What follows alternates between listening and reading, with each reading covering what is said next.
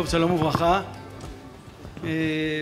ברוך השם, כל המושבים חשובים, וזה מושב ממש חשוב.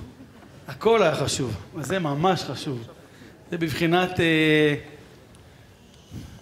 להכניס את האורות לכלים. מקובלנו שכל אחד הוא אור קטן וכולנו אור איתן. הרבה פעמים מדברים על המגבוה, על כוחות, על מאבקים, על תפיסות עולם. בסוף רבים וטובים מאיתנו נמצאים במקום המצומצם הפשוט, אם זה אבא אמא להורים, אם זה מורה בכיתה, ועל זה רצינו לדבר בשעה הקרובה, על יכולת לקחת את כל העקרונות ולתרגם אותם לפשוט מלאכה פרקטית. שמי אלי שיינפלד, אני מורה בישיבה תיכונית, ובעצם המפגש שלי עם בני נוער אני רואה עד כמה הנושא הזה משמעותי, כי הרבה פעמים אתה מדבר על כוחות כלל עולמיים, גלובליים, מגמות, בסוף אתה בכיתה, יש לך תלמידים, ואתה רוצה לתת להם מענה נכון, חינוכי, רוחני, ולשם כך נבנה המושב הזה. יש פה 3 אנשי מקצוע שככה יעזרו לנו בבירור הדברים האלה, מה נער מתבגר צריך לשמוע, שהוא מתלבט והוא ניגש, אז איזה מענה הוא אמור לקבל, בהנחה שהוא כן צריך ללכת לאיזה המשך טיפולי, איך זה מתבצע, מה התפקיד של המורה, איך הוא מלווה אותו, המון שאלות שהן פרקטיות שבסוף נפגשים איתם ביום יום. אז יש לנו פה באמת 3 אנשי מקצוע, דוד שוורץ, גיא מלר ויונתן ברנסקי. אשמח שכל אחד רק יציג את עצמו בכותרת ואחרי זה ניכנס פנימה. בכבוד. דוד שוורץ, מטפל במוזיקה, מטפל מיני. היי. שלום, אני חגי מלר, אני פסיכולוג קליני וחינוכי, חוקר את הנושא הזה כבר יותר מעשור. שלום, שמח להיות פה, שמי יונתן ברנסקי, אני עובד סוציאלי קליני ופסיכותרפיסט, וחוץ מזה גם ממקימי עמותת חוסן ואחראי על התוכן המקצועי בחוסן. תודה רבה, נרד ישר לפרטים. השאלה הראשונה שאני ככה רוצה לפתוח בה, זה עוד לפני המשהו הפרטני שמישהו ניגש אליי ואני רוצה לתת לו מענה. נער מתבגר נמצא בחלל העולם, בחלל המדינה, בחלל הכיתה ובחלל החיים האישיים שלו. אני הייתי רוצה שהוא ישמע מספר עקרונות על, בלי לרדת עכשיו לכל הפרטים כי אין לנו באמת מספיק זמן לזה, אבל איזה עקרונות, איזה משפטים, איזה מילים כדאי שהוא ישמע בתהליך התבגרותו. חלק מהדברים יעשו לו סדר בראש, חלק מהדברים יעשו לו סדר בתחושות, בחוויות שלו. אז בתור מורה לכיתה, אולי אפילו בתור אבא אמא לילדים, איזה עקרונות כדאי שהוא ישמע אותם? זו השאלה הראשונה, עוד לפני דיבור ספציפי עם מישהו שמרגיש קושי כזה או אחר. אז בכבוד יונתן, תפתח. אז קודם כל בראשית הדברים אני רוצה לציין נקודה שהיא רלוונטית גם לשאלות הבאות ולנושא כולו, וזה ההבדל שבינינו כמטפלים לביניכם כאנשי חינוך. אנחנו כמטפלים לא אחראים לומר למטופל מה טוב ומה רע, ואתם כמחנכים ודאי שיש לכם גם אחריות כזו. לכן באופן יסודי יש הבדל בין הדברים שאתה או את כאנשי חינוך תאמרו בכיתה שלכם, בדומה גם להורים מול ילדיהם, לבין מה שאנחנו כמטפלים נעשה בקליניקה. אבל הכנס הזה מכוון אליכם, ולכן אני כן כמובן רוצה להתייחס לגוף השאלה. אני חושב שאנחנו קוראים לאמירות האלה שהמחנך יכול לומר בכיתה, אנחנו קוראים להם אמירות פותחות דלת. אלו אמירות שיכולות להיאמר בכיתה כאשר חלק גדול מהתלמידים שהנושא המדובר לא נוגע בהם, הם ישמעו אותם כאיזשהו רצף מהשיח של המורה, אבל אותם תלמידים שחווים איזושהי מצוקה סביב נושא המיניות בכלל וגם סביב הנושא של משיכה מינית או זהות מינית, הם ישמעו את האמירה הזאת בתדר שאחרים לא ישמעו, והאמירה הזאת יכולה לגרום להם אחר כך לאזור אומץ ולגשת אל המחנך או המחנכת ולפתוח את הנושא. אני מכיר רבים מהמטופלים שלי שסיפרו לי, כל אחד בסיפור האישי שלו, לפעמים כמה שנים הם חיכו עד שהם העזו לפתוח את הסיפור שלהם בפני איש חינוך שאותו הם העריכו מאוד והיו קרובים אליו או אליה, אני אחסוך את הדיבור בזכר ונקבה, ולפעמים זה לוקח חודשים או שנים עד שמעיזים, אם בכלל, לפתוח את זה. ואני חושב שהמצוקה של ילד או נער שלא יכול לדבר עם אף אחד והוא בטוח שהוא היחיד שמתמודד עם ההתמודדות הזו, המצוקה היא בלתי נתפסת, והיכולת לספר את זה לרב או למדריך בישיבה יכולה להיות שינוי קיצוני מבחינת היכולת שלו להתמודד עם מה שהוא סוחב איתו. אגב, זה נכון גם בתחומים אחרים שקשורים בקדושת הברית ובנושאים אחרים, ועל אחת כמה וכמה בנושא כזה שגורם לו להרגיש גם זר, שונה, בודד מאוד. טוב, קודם כל אני שמח להיות פה, אני שמח שהכנס הזה מתקיים, אני חושב שזה בשורה בשביל מחנכים, וזה חשוב שאנשי מקצוע יעיזו ויופיעו, אז תודה רבה, זה באמת שליחות גדולה, אני רואה בזה. אני חושב שבאמת צריך להיות פה שני דברים, מצד אחד כמחנכים צריך להביא את העמדה שלכם, את העמדה התורנית, הרוחנית, בשביל זה התלמידים מגיעים. הצד השני של הסיפור זה כמו שיונתן אמר, אתה צריך להפוך את עצמך לזמין עבור התלמיד. כשהתלמיד שומע בחלל הכיתה, הוא צריך להבין שזאת העמדה המוסרית הרוחנית שלך, אבל הוא צריך להבין שאתה יכול לפנות אליו בכל קושי שיהיה לו גם בתחום הזה. זה כאילו לייצר איזה משהו כזה שהוא כמו כלאיים כזה, מה שאתה מרגיש זה בסדר, יש מלחמת תרבות נוראית בחוץ, זה לא קשור בכלל לאיך שאתה מרגיש ולמה שאתה חווה, אני זמין בשבילך. אתה צריך לייצר אקלים כזה בכיתה שהתלמיד ירגיש שאתה זמין עבורו בשביל לפנות אליו, שהוא יוכל לפנות אליך, ואתה תהיה שם בשבילו. לדעתי זה המפתח, והרבה פעמים אם התלמיד פונה אליך והוא שואל את השאלה, אתה פתאום רואה איך הוא פתאום רואה איך הכל הפחד, כל הבעלה, כל החשש הזה, הכל נעלם. לא תמיד, הרבה פעמים זה העסק ממשיך להיות מורכב, אבל אם הוא עשה את הצעד הראשון ופנה אליך, זה סימן שעשית עבודה טובה בכיתה. אני כן רוצה להקשות לגבי הצעד הטוב שאתה עושה בכיתה.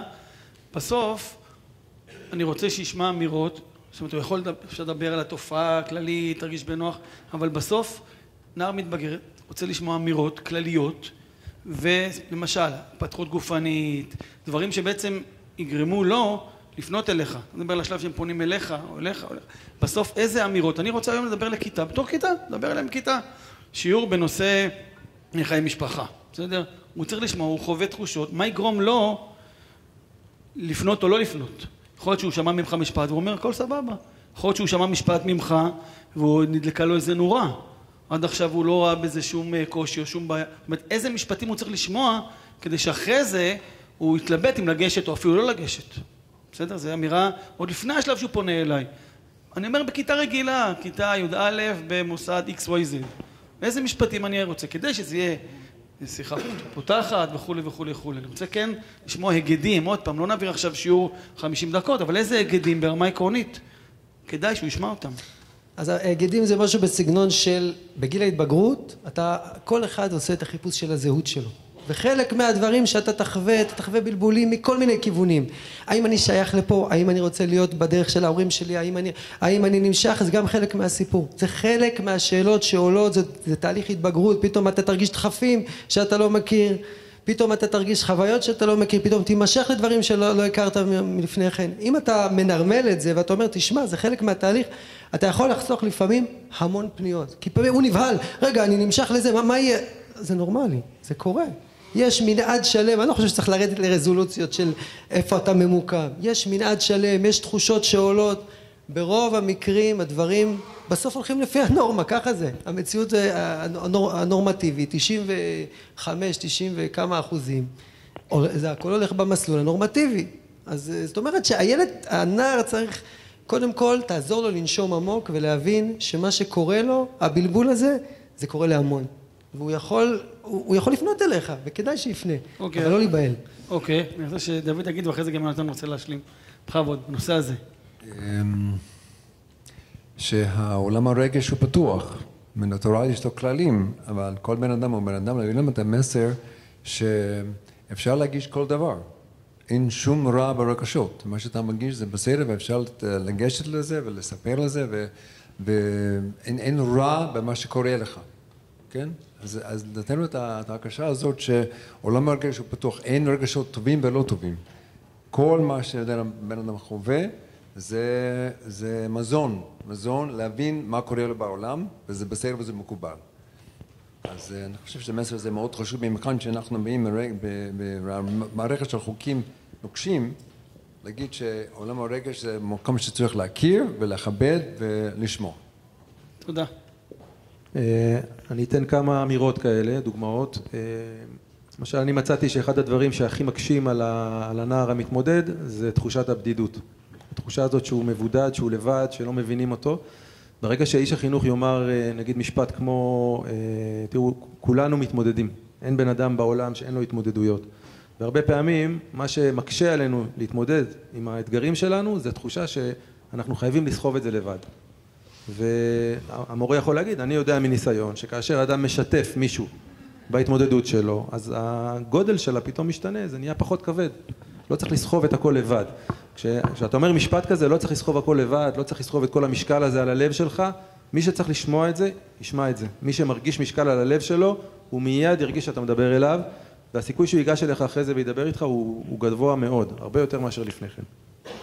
ועוד פעם, תודה רבה. אני כן שואל שאלה לפני שנעבור לסבב הבא. נניח אני היום רוצה לדבר עם תלמידים שלי על נושא של התפתחות פיזיולוגית. זה יכול להיות בכיתה ח', זה יכול להיות בכיתה ט', אני מלמד בכיתה י"א, זה בכיתה י"א. אני עכשיו מדבר על התפתחות פיזיולוגית, וכחלק מההתפתחות פיזיולוגית אני מדבר איתם על שינויים שהם עוברים.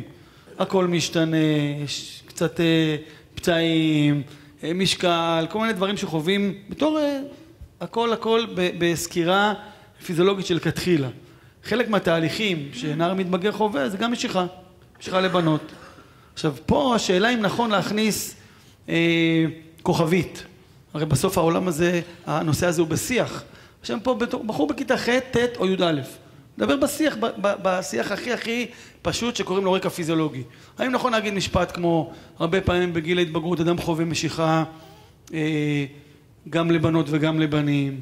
האם נכון להגיד משפטים שהם יזמינו שיח שהיא בעקבותיו, או שאני ארגיע אותו כי הוא לחוץ, או שאני אלחיץ אותו כי הוא רגוע? שאלה אם להגיד את זה בשלב כזה, או להגיד לא, מי שסוחב קושי, מי שסוחב בדידות, אז האמירה שאמרתם אותה, אני אמפתי, אני רגיש, אפשר לגשת אליי, יוגש אליי. הרבה פעמים אני רוצה שירגיש צורך לגשת אליי. זאת אומרת, איזה אמירות הכי פשוטות כדאי שישמע נער מתבגר בחלל הכיתה? אני לא חושב שיש חשש שיהיה מצב שתלמיד יחליט שהוא נמשך לגברים בגלל שהרב שלו אמר שיש כזה דבר בעולם. אין סיכוי שדבר כזה יקרה, לא אי פעם ובטח לא בדור שלנו, ולכן אני חושב שצריך להגיד את זה, וצריך להגיד את זה בצורה פשוטה, להגיד שהדבר הזה קיים, ושגם זה התמודדות שלא צריך להישאר איתה לבד. אבל אני לא חושב שיש פה סכנה, אם נשחק אותה שזה לא קיים ולא נדבר על זה, אז זה ייעלם. זאת אומרת להכניס את זה להקשר, להגיד, בתהליך התבגרות אדם חווה. ולהפך, פחות לא בהיסטריה ולא באיזה בעתה. כמו שאמרת, הוא יגיד את זה בתור כוכבית, ויש כאלה שזה יעבור לידם, ויש כאלה שהכוכבית הזאת תלך איתם גם אחרי השיעור, ואז הם ילכו עם זה אחרי זה הלאה. אוקיי. אני חושב שזו הייתה שאלה טובה אולי לפני 15 שנים, היום באמת זה כבר לא רלוונטי, הוא שומע את זה מכל מיני כיוונים, הוא מרגיש את זה, הוא יודע... כי לפני 15 שנים לא היה הומואים. כן, זה לא היה כל כך בשיח בעולם הדתי, לדעתי לא היה את האינטנסיביות כמו שיש היום. היום באמת זה כבר... כן, ואני אומר, ולמרות זאת, הרבה פעמים הם שומעים אמירות, שומרים מגדים, בלבול גדול, פעם שמעתי בשם הרב אלישע אבינר, שזה לא רק דור דעה, אלא גם זה דור מידע. אבל לא תמיד המידע מאורגן, לא תמיד המידע מסודר, ויכול להיות שהמורה שעומד מולו, פעם ראשונה הוא זה שיסדר לו את הדברים, יארגן אותם, כאילו האמירות שלנו הן בייס, הן פשוטות, בשבילו וואו, אוקיי, אז הכל בסדר. אבל הרב אלי, זה לא רק האמירות שבשבילנו הן פשוטות. צריך לזכור שהתלמיד הזה שיושב מולכם בכיתה, בשבילו זה החיים שלו. זה לא אג'נדות, זה לא מאבקים של אג'נדות, זה לא הישיבה הזאת מול הארגון ההוא, בשבילו זה החיים שלו. ואנחנו לפעמים מתפתים להיכנס לסיסמאות ולאמירות ולמלחמות. אתם כמחנכים, ואני חושב שגם אנחנו כמטפלים, צריכים בסוף לדבר עם אנשים, לא עם אג'נדות. זה מאוד חשוב, כי הוא בסוף, זה החיים שלו, זה הוא. תודה רבה. בואו נעבור לשאלה השנייה. אני תמיד אומר שמחנכים לא צריכים לטפל, או אסור שיטפלו, אם הם לא יודעים לטפל, ומטפלים לא צריכים לחנך, אלא אם כן, יש להם אוריינטציה. אבל מחנך כן צריך לדעת מתי זו סוגיה טיפולית, לדעת להפנות. ומטפל צריך לדעת מתי יש פה גם נושא חינוכי ולאו דווקא משהו טיפולי. ואני בתור מחנך צלחתי את השלב הראשון, דיברתי בצורה אמפתית, הבאתי את שפת הרגש, הייתי שם עבורו. יכול להיות שיגש אליי תלמיד, בעקבות השיח שלי או לא בעקבות השיח שלי. יכול להיות שאני לא אדבר על זה, אבל הוא יראה בי כתובת, ולא תמיד בהורים שלו, והוא ייגש אליי ויגיד לי, תשמע, את האמת, אני מאוד מאוד מבולבל, נבוך, לא יודע להגדיר את התחושות שלי. הוא לא בא אליי עם סימן קריאה, הוא בא אליי עם סימן שאלה. ואז אני צריך לתת לו מענה. האם הדבר הזה הוא באמת דורש התערבות מקצועית? האם זה בלבול שהוא הגיוני והוא נכון לגילו, למצב שלו? אז אני אשמח מאוד להתייחס עכשיו לנקודה הזאת, ובכבוד. קודם כל, שתלמיד פונה, המורה צריך להפעיל את כל הרגישות שיש לו. צריך להיות אמפתיה מעל אמפתיה. להקשיב ולהיות שמה, כי אם התלמיד פונה אליו, זה קרוב לוודאי שזה האדם היחיד בעולם שהוא סיפר לו. אז זה אחראית מאוד מאוד גדולה. אז צריך להיות שמה עם לב פתוח לחלוטין. וגם לומר לו שאתה מעריך את האומץ שלו, לבוא ולספר לך, אתה מעריך את זה שהוא בחר בך, ופשוט שיהיה שיחה ממש אינטימית כמה שאפשר, בלי שיפוט, בלי שום דבר, שיהיה שם בשבילו להקשיב ולהכיל ולכבד. אחר כך, כשהוא נרגע קצת, קודם כל יש באמת, אחת המשימות הגדולות זה ההרגעה, כי בפנים הוא לא רגוע. להגיד שקודם כל, מזה מישהו שומע, זה דבר מרגיע. אבל תגידו שזה, כמו שאמרנו, זה עידן זה זמן של שינויים והורמונים וכל מיני שינויים בבן אדם, וזה זמן מבלבל. אז גם לבדוק אם הבלבול שלו זה גם משתקף בתחומים אחרים. זה אולי בקטע המיני, אולי לבדוק אם הוא מבולבל בכלל בכל מיני הקשרים אחרים. יש אפשר ממש לבדוק את זה, מה המצב שלו הכללי, כדי לעזור לו למצוא סדר בחיים שלו. וחשוב מאוד שבסוף השיחה תקבע שיחת המשך. שהוא ירגיש שיש מישהו שהוא איתו ועוקב אחריו ומה שקורה לו, זה מאוד מאוד חשוב. גם חשוב באיזשהו שלב לנסות ולערב את ההורים אם אפשר. יש כל מיני הורים בעולם, יש כל מיני מצבים של הורות וילדים. אם אפשר להביא את ההורים בתוך הסיפור, זה מבורך. לא תמיד זה כל כך קל, אבל תמיד לחשוב שזה הכיוון הכי טוב. אם זה אפשר לפתוח ערוץ כזה, לא שזה תמיד אפשר. בשאלה של לשלוח אותו לטיפול, זה כבר שאלה אחרת, צריך לחשוב.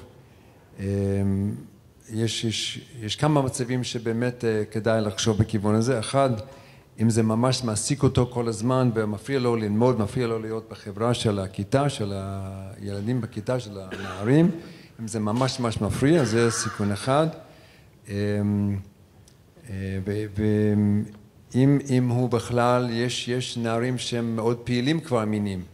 אם זה המצב שהוא ממש פעיל ועושה כל מיני, זה גם סימן שכדאי שיהיה בטיפול, שמישהו לסדר את זה ולעזור לרסן את עצמו ולעשות מה שהוא רוצה לעשות במוח.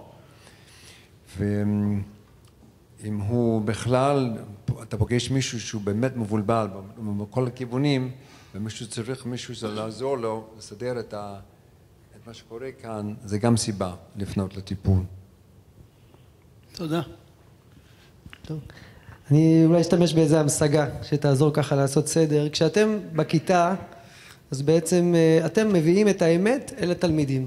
ברור שזה לא 100% נכון, וכל תלמיד יש לו את המאפיינים שלו, אבל בגדול, החינוך זה לקחת את התלמיד מאיפה שהוא נמצא אל הנקודה שהיא הנכונה, על הידע שהוא צריך לדעת, אל הערכים שאתם חושבים נכונים עבורו. טיפול זה בדיוק ההפך. טיפול, בדיוק ההפך. זה במובן מסוים, המטופל מוביל אותך לאיפה שהוא, אתה עוזר לו לברר, ונדבר על זה גם בהמשך, מה הרצונות שלו, מה השאיפות שלו.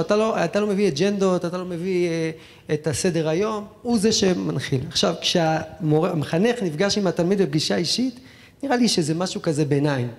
אתה צריך להניח רגע בצד את מלחמת התרבות.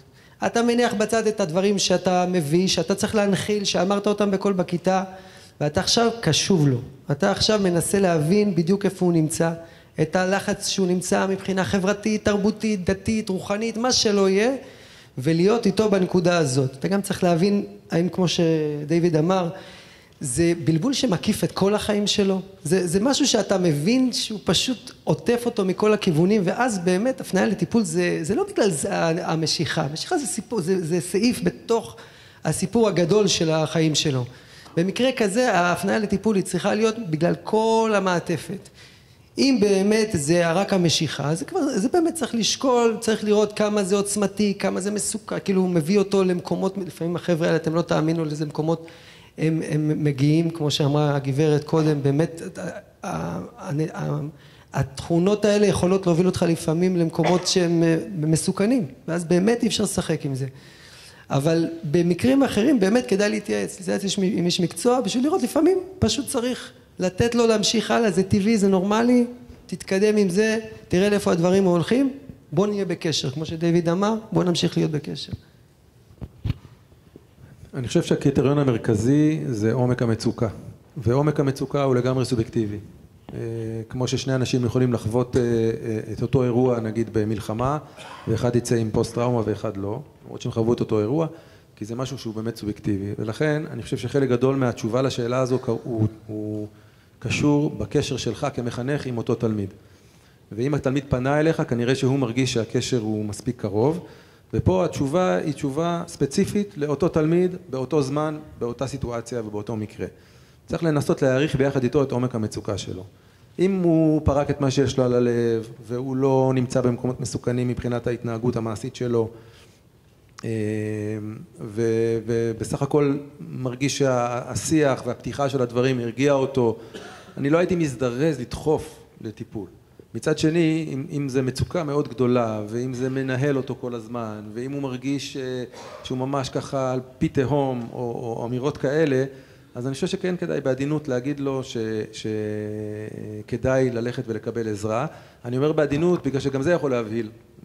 כשאתה בא למטופל ואומר לו, תשמע, אולי כדאי לשקול לקחת כדורים נגד דיכאון, אז הרבה פעמים התגובה היא, מה, אתה מתייאש ממני, המצב שלי כזה גרוע.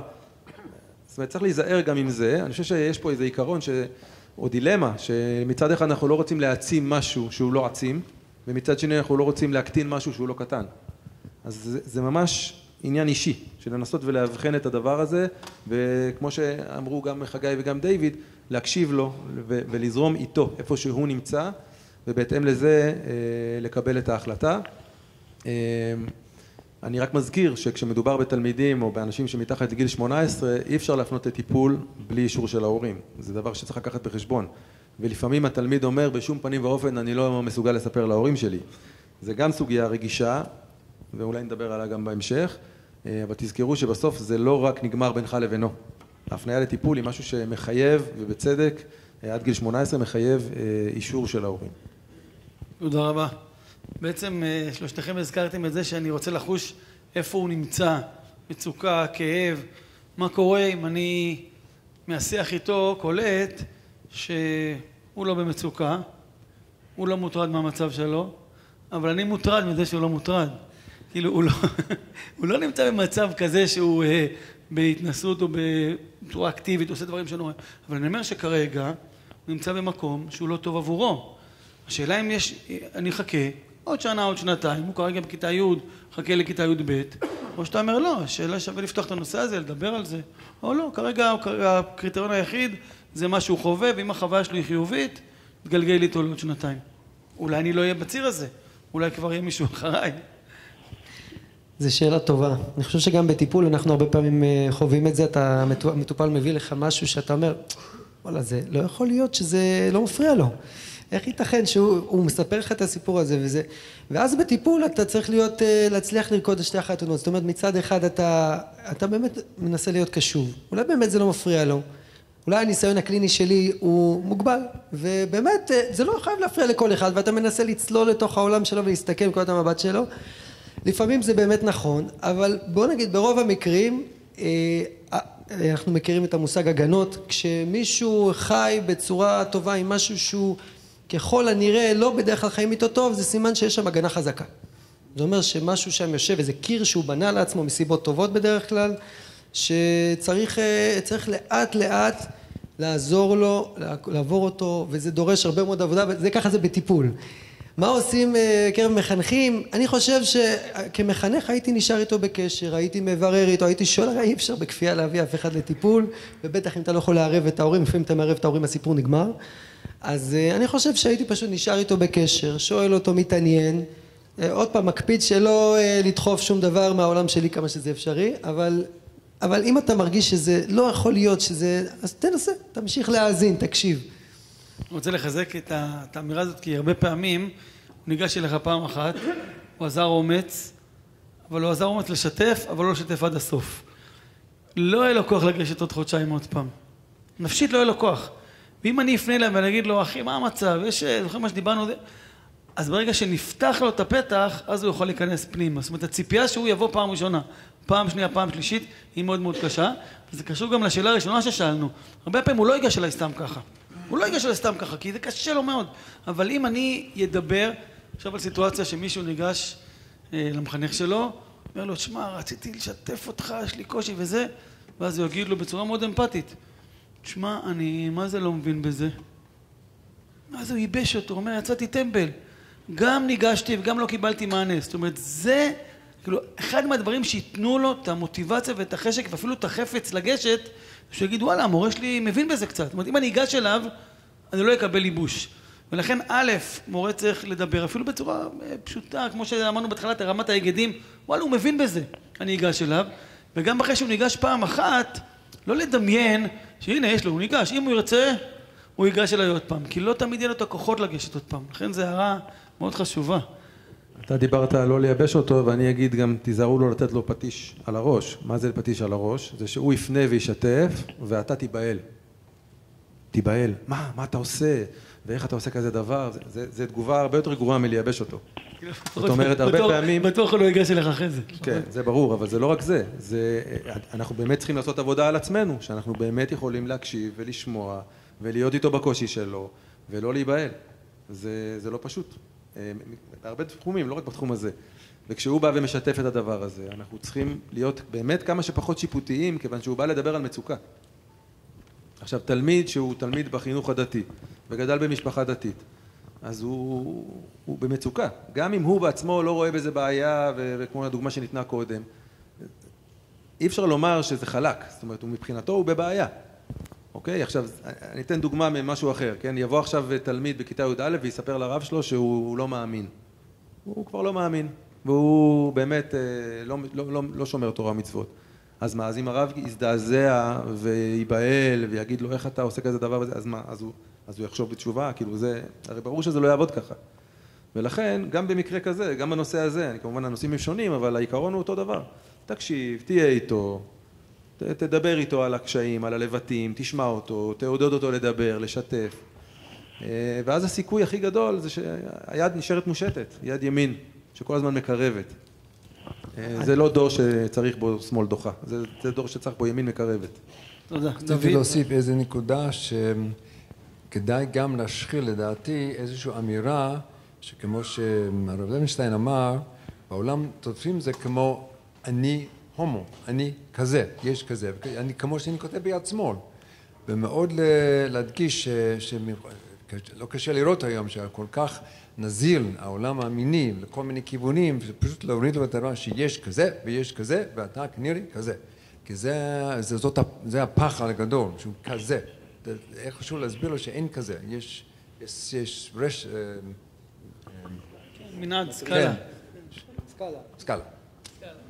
תודה, כן. אנדרי, אני באמת רוצה להוסיף, אולי לא הדגשנו את זה מספיק, שאולי חשוב, לא יודע, במסגרת הכיתה, בטח כשתלמיד פונה אליך, תדבר איתו על הפלואידיות הזאת, קוראים לזה פלואידיות בעולם המדע, זה שדברים משתנים, אנחנו שומעים את זה כל הזמן, יש לזה המון מחקרים, זה לא צריך הרבה לקרוא מחקרים בשביל לראות שהעולם המדעי היום בתחום של האוריינטציה מינית, זה המומחיות שלי, מה שאני חוקר, הוא כולו מקצה לקצה מאמין שהדבר הזה יכול להשתנות, בטח בגיל ההתבגרות. זאת אמירה שהתלמיד צריך לשמוע מכם. וגם כמו שאמר דיוויד, זה שאתה נמשך לכיוון מסוים, זה עוד לא אומר שאתה כזה, זה עוד לא אומר שאתה בקצה, זה עוד לא אומר שזאת הזהות שלך.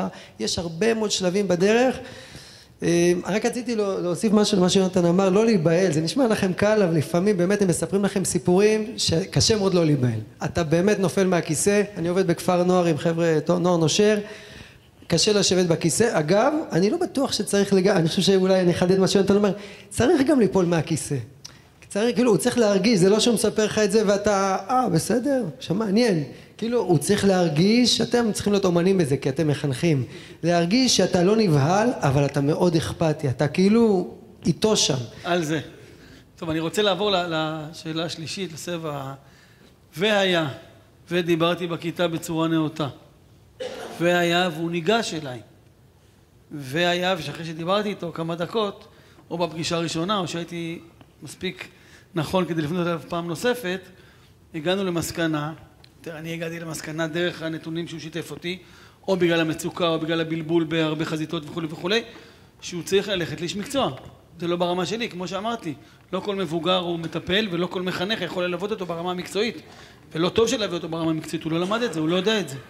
התהליך הזה של הפניה להמשך טיפול מקצועי, זה אירוע שצריך גם אותו ללמוד, להכיר אותו. מה זה דורש מהמחנך, מה זה דורש ממנו. אני נזכיר קצת את הנושא של ההורים. בקיצור, איך זה מתבצע? לי שאלה ממש מעשית. טוב, אז קודם כל, בגלל שזה תחום שלצערנו הרב הוא תחת מתקפה, ומטפלים מוסמכים לא מפרסמים את עצמם ולא, אז מה שקורה, כל תחום שאתה מסלק מתוכו את המטפלים המוסמכים, אין ואקום בחיים, נכנסים אליו מטפלים לא מוסמכים, סלש שרלטנים, סלש כל מיני אנשים שלא היית נותן להם לעשות בייביסיטר לבן שלך, בטח לא לעשות טיפול. ולכן בשביל להגיע למטפל צריך לדעת שאתה הולך למטפל שהוא מקצוע, שהוא יודע, שהוא מבין בתחום הזה, שעדיף, יש עדיפות למטפל מוסמך, בוודאי מי שיש לו תעודות של משרד הבריאות, של עובד סוציאלי, פסיכולוג.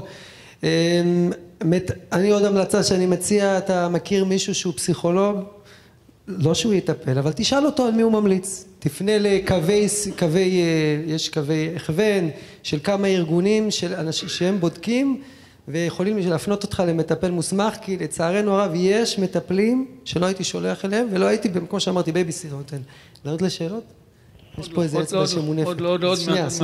יהיה זמן כמה דקות, 5 דקות לשאלות. אוקיי, ברגע שהנער כבר אצל המטפל, זה סיפור קצת אחר. פה באמת טיפול זה טריטוריה. עוד שנייה לפני השלב. יש שלב שאני צריך מטפל שהוא מוסמך, אבל התיווך, אני לא אומר לו, קח מספר טלפון, אז יש את השלב שאני בעצם צריך למצוא מקצוע מעולה, יש שלב שהוא כבר שם, אבל מה קורה, מה הלינקג', מה קורה באמצע? אז יש משהו קטן ומינורי שלא בדרך כלל אנחנו לא מייחסים לו חשיבות, שנקרא כסף, שזה עסק שעולה, זה לא מעט טיפול, ובדרך כלל מדובר בטיפול לא קצר, ובשביל להתמודד עם הדבר הזה יש כמה ארגונים שמסייעים, אבל בגדול צריך הורים. בדרך כלל מי שיכול למנף את זה, זה ההורים, וצריך כמו שדויד אמר, אם אתה לא תעבור דרכם, יהיה הרבה יותר קשה, קודם כל חוקית יכול להיות שאסור, אבל גם אם הנער על דעת עצמו יכול לעשות מה שהוא רוצה, נכון?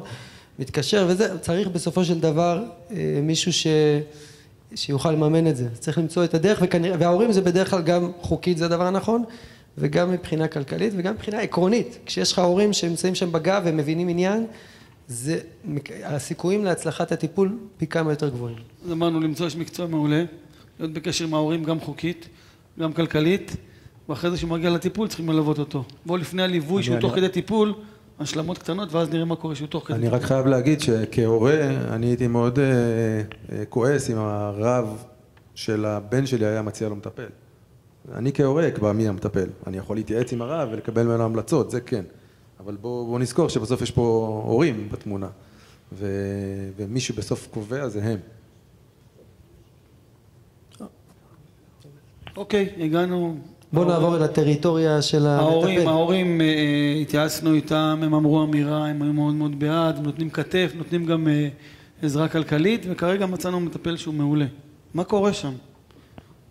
מה קורה בטיפול? נראה לי שזה... מה שקורה בטיפול, אבל מה אני אמור בתור מחנך לעשות נוכח זה אז אני באמת נותן פרקטיקה, החלק הכי מעניין זה מה קורה שם בטיפול, נגיע לזה אולי עוד קצת, אבל אני חושב שלכם, חלק החשוב, וזה גם כן אני פוגש את זה עם מטופלים שלי, זה באמת ללוות את הטיפול, כי בגדול זה באמת טריטוריה של המטופל והמטפל, ואתם לא אמורים להיות מעורבים. אבל מה? הרבה פעמים החבר'ה רוצים לשתף, ולפעמים להחזיק טיפול זה קשה, להיות מטופל זה לא עבודה קלה, מי שעשה את זה, יש הרבה מתח, יש הרבה כעס, חלק מהתהליכים כוללים גם מצבים רגשיים מאוד מורכבים בטיפול, וכשיש לך מישהו בבית ללכת ולספר לו את זה, או אם אין בבית בבית הספר, זה עוזר לך לעשות טיפול. אני רואה את זה באמת שיש לך רם בישיבה, יש לי חבר'ה מישיבות הסדר, שיש להם רם שהוא מבין עניין בישיבה, הטיפול נראה אחרת. הם יכולים לשאת כל מיני מצבים שהם באמת מצבים רגשיים קשים, שלבד זה קשה להתמודד איתם. אז זה התפקיד שלכם, אני חושב, כמחנכים, להיות הגב הזה. זה באמת מחמאה אם התלמיד נותן לכם את הכבוד ללוות אותו בזה. בעיניי זה ממש מראה שיצרתם קשר מעולה איתו, כי צריך את זה. מה זה אומר ללוות? להתעניין? לשאול מה שלומך? הוא יכול לבוא ולספר לכם. אתה יכול לשאול אותו איך הולך, הוא יכול להגיד לך בסדר, ואם אתה רואה שהוא לא רוצה שתתערב, אז אל תתערב, אבל הוא יכול להגיד לך, תשמע, היה קשה, היה ככה, אני לא בטוח שהוא מבין אותי, אני חושב ששום דבר לא זז שם. ואז אתה יכול לעזור לו, לפעמים גם צריך להיכנס, יכול להיות מצב שאתה אפילו יכול להגיד לו, תשמע, אני יכול ליצור קשר עם המטפל, גם זה מותר לך לבקש. יכול להיות שהוא יגיד כן, יכול להיות שהוא יגיד לא. אפשר לפתוח, אני פסיכולוג גם חינוכי, חוץ מפסיכולוג קליני, אני מאמין בעבודה מערכתית, אני רואה את זה כל הזמן וזה בדרך כלל עובד יותר טוב. אז אני לא אומר שזה בדרך כלל עובד יותר טוב בהקשר הזה, אבל לפעמים זה מנוף מאוד משמעותי שכדאי לנצל אותו. אני אמשיך רק לגבי עוד משהו קטן, מה צריך להיזהר? אם אתם מזהים שהנער שאתם שלחתם לטיפול, אומרים לו שהוא צריך לנתק קשר מאנשים, מההורים שלו, לנתק קשר מהסביבה שלו, לנתק קשר מכם, זה סימן לא טוב. כי מטפל טוב לא מנתק קשר, לא יוצר ניתוקים ולא יוצר, לא מבודד את המטופל שלו. בדרך כלל, לא בדרך כלל, לא רוצה להגיד בדרך כלל, אבל לפעמים זה סימן שהמטפל מפעיל מניפולציות רגשיות, לצערנו יש דברים כאלה. אז צריך מאוד מאוד להיזהר, כי זה לא מהלך טיפולי רגיל, לפעמים הנער מתנתק כתוצאה מטיפול, אבל לא שהמטפל יוזם את הניתוקים האלה, עוד פעם אין שום דבר בעולם הטיפול שהוא אף פעם, אבל זה סימן הזרה. עוד דבר זה שבירה של הסטינג, אם פתאום, זה כלל בל יעבור, אם הנער אומר, תשמע, אנחנו נפגשים 3 שעות במקום שעה, נפגשים במקומות לא רגילים, נפגשים בשעות לא הגיוניות, מתחיל מגע, כל מיני דברים כאלה, זה בל יעבור. אם זה קורה, מבחינתכם זה זמן דגל אדום, אם זה לא משחקים, כי זה יכול באמת להתגלגל למקומות, זה לא יכול, זה כבר יתגלגל למקומות שטיפול לא צריך להגיע אליהם, והתנהגויות מוזרות, אם הנער כאילו מקבל כל מיני משימות מוזרות, אז זה גם כן, זה בדרך כלל זה לא טיפול נורמטיבי. שימו לב, הנער הזה מגיע, הוא שם את נפשו בחדר הטיפול, יש הרבה טיפולים, אבל פה הנערים מרגישים שזה לפעמים זה חיים או מוות. חלק מהעבודה שלנו כמטפלים זה להגיד להם, יש לך מיליון אפשרויות, כן? אבל בתפיסה שלהם כשהם מגיעים אליך זה חיים או מוות, ואתה צריך לדאוג שהוא מגיע למטפל הנכון בשבילו. אני חושב שמה שאתם יכולים לעשות, ככה בהמשך לדברים של חגי, זה להתעניין באופן שהוא לא חודרני.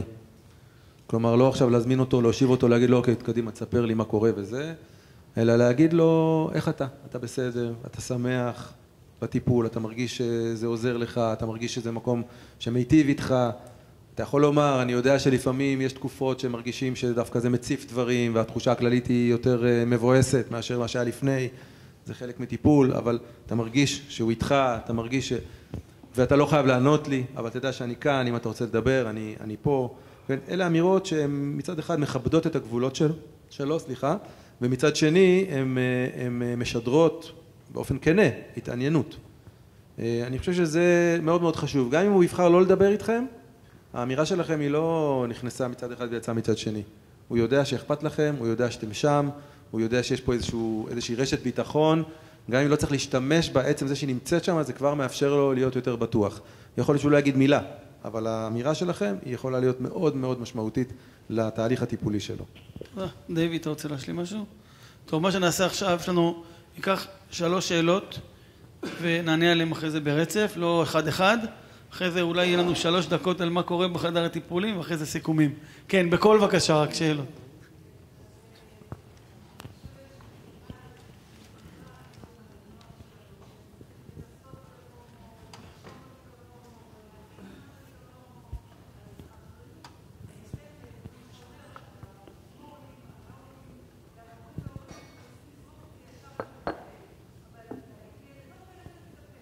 מה השאלה? סליחה, מה השאלה רק?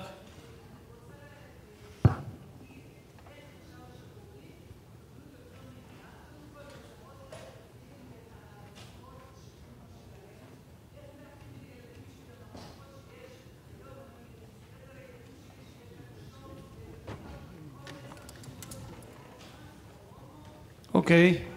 איזה אמירות כדאי שהורים יבואו ויגידו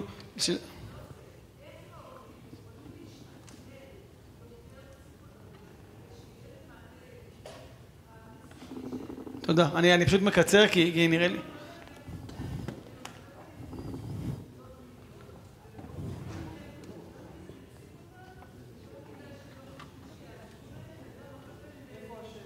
אוקיי.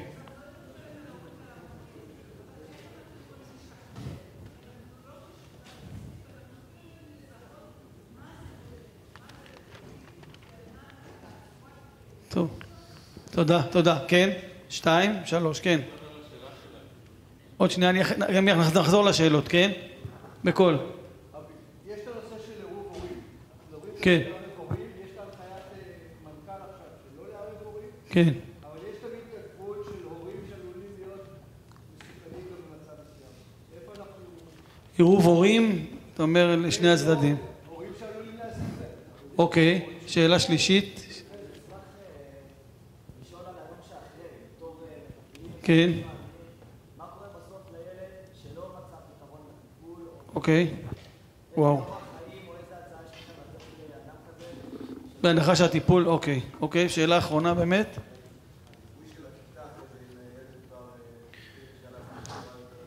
ליווי של הכיתה. טוב, יש פה 4 שאלות, אפשר להישאר פה עוד 50 דקות פשוט. טוב, תדע, זה ככה, זה כן מהצד. אחרון. אני אשמח אם גם תגידו לנו, מי שאין לנו מחנך שיכול לקנות אליו. כן. 2, מה עכשיו? כי כבר רוצה ללחוץ. 2, מה עכשיו הצלחה? אם להצליח זה רק אומר שהופך להיות אז זה הדבר שרצה, מה קורה בחדר הטיפול. טוב, יש פה הרבה שאלות, לא נענה על כולם, אבל לפחות ניתן קריאת כיוון. אז אני רוצה להתחיל דווקא בנושא של ההורים, כי זה נושא שהוא מאוד מאוד מונח. זאת אומרת, הרבה פעמים הורים, אתה מערב הורים, לא מערב הורים, חוזר מנכ"ל, לא חוזר מנכ"ל. אז מה... טוב, האמת היא שלנושא של עירוב הורים יש פה את החלק החוקי, שזה לא המומחיות שלי. אני לא יודע בדיוק מה הגבולות, אתם כמחנכים יש לכם את החוזר מנכ"ל של מנכ"ל משרד החינוך, אז יש את ההגבלות. לפעמים הורים יכולים לפגוע בטיפול, כן, זה יכול לקרות. אנחנו, אם החוק מחייב אותנו לידע, אז ידינו כבולות. יכול להיות שאני מנסה לחשוב, אם מגיע לך תלמיד ואתה רואה שבלי ההורים זה לא ילך, ואתה רואה שאתה לא יכול לידע את ההורים, אז יכול להיות שפשוט צריך לשמור את זה על אש קטנה, עד שהוא יגיע לשלב שהוא יכול לבחור בעצמו. אבל בגדול, צריך לנסות למצוא נתיב אל ההורים. אגב, לפעמים אם אתה קצת עושה הפרד ומשול, לפעמים האמא היא יותר והאבא הוא פחות, לפעמים זה הפוך, לפעמים כל מיני תצורות. לערב את סבתא לפעמים בשביל לעזור, לא יודע, אפשר להיות יצירתי, לפעמים זה מבוי סתום, גם זה יש. אין על סבתא. סבתא זה... כן.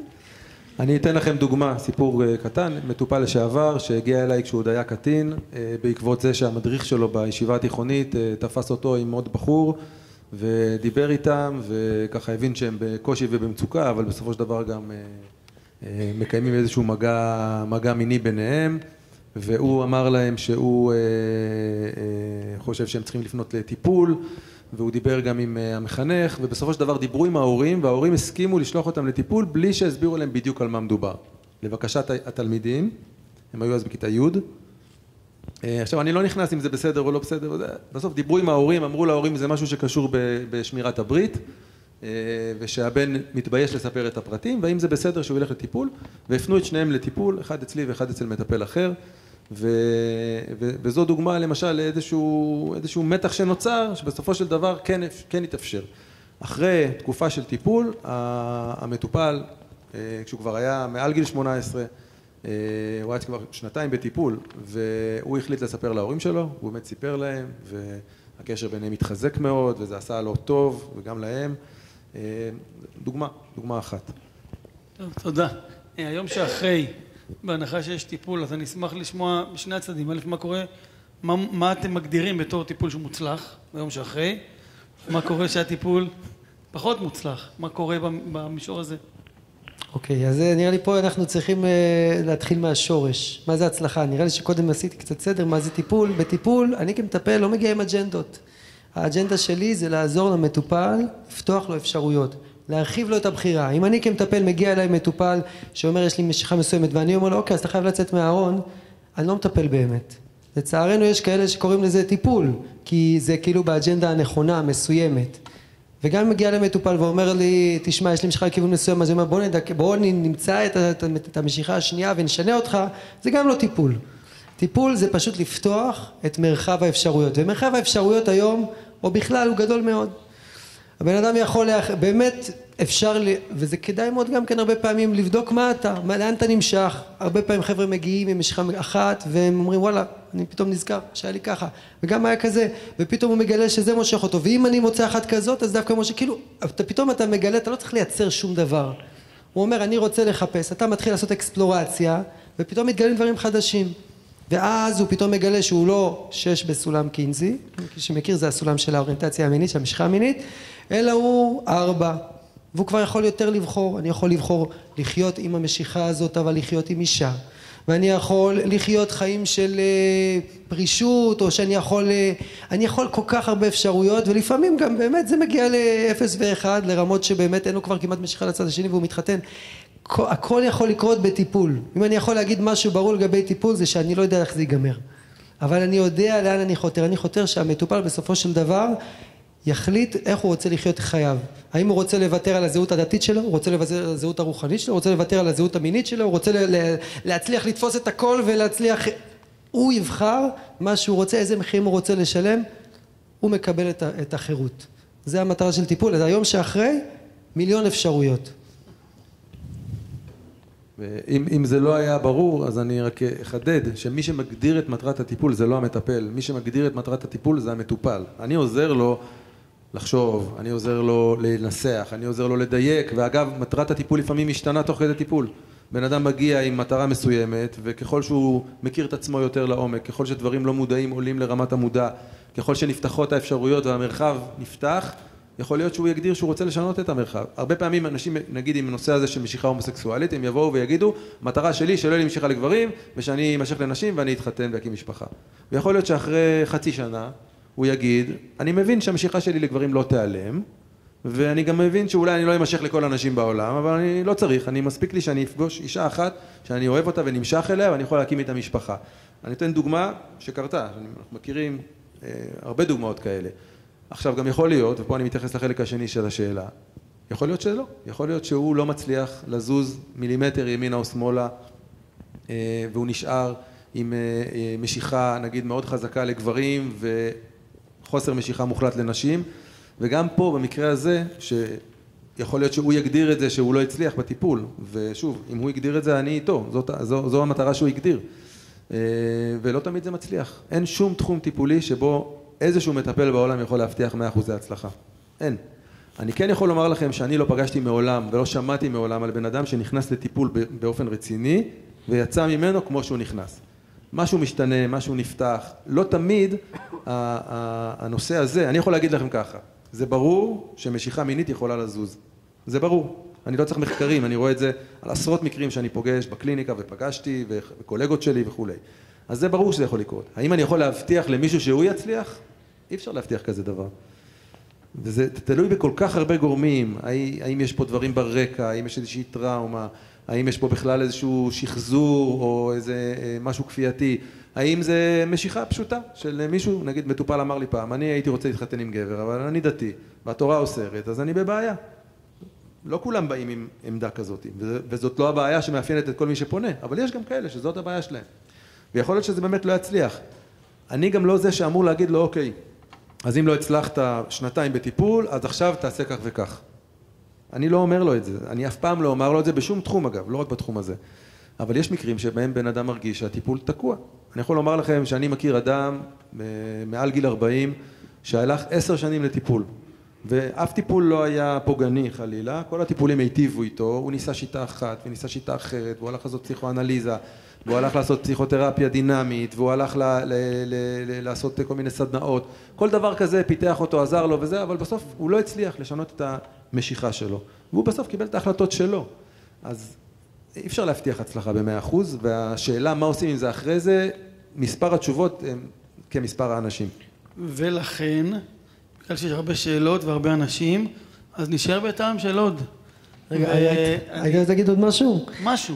אני מרגיש שאולי כמחנכים, אני מנסה להיות פסיכולוג שלכם לרגע, זה מעורר אצלכם נוגדנים, כי לא, יש את הדרך ואנחנו מחנכים, אבל זה בדיוק ההבדל בין השדה שלנו לשדה שלכם.